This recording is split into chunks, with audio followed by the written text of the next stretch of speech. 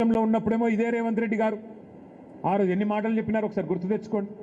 అయ్యప్ప సొసైటీలో కొన్ని నిర్మాణాలు ఆనాడు కొత్తగా వచ్చిన ప్రభుత్వం మరి కొన్ని డెమాలిషన్ చేస్తే ఇదే రేవంత్ రెడ్డి గారు మాట్లాడినారు.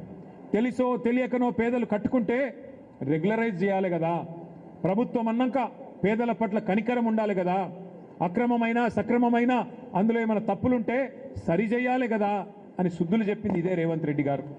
అక్రమ నిర్మాణాలను కూడా సక్రమంగా రెగ్యులరైజ్ చేయాలి కదా, క్రిమినల్ వేస్ట్ కదా, అందులో సిమెంట్ ఉంటుంది, ఇటుకలు ఉంటాయి, స్టీల్ ఉంటుంది, అంత వేస్ట్ అవుతుంది కదా అని మాట్లాడింది ఇదే రేవంత్ రెడ్డి గారు. మరి ఈరోజు ఆయననే ఇష్టం వచ్చినట్టు వేలాది ఇండ్లు ఈ రాష్ట్రంలో కూలగొడుతుంటే బీఆర్ఎస్ పార్టీ మాత్రం చూస్తూ ఊరుకోదు. అభివృద్ధి అంటే విధ్వంసం చేయకుండా ఇండ్లు కూలగొట్టకుండా కూడా చేయవచ్చు.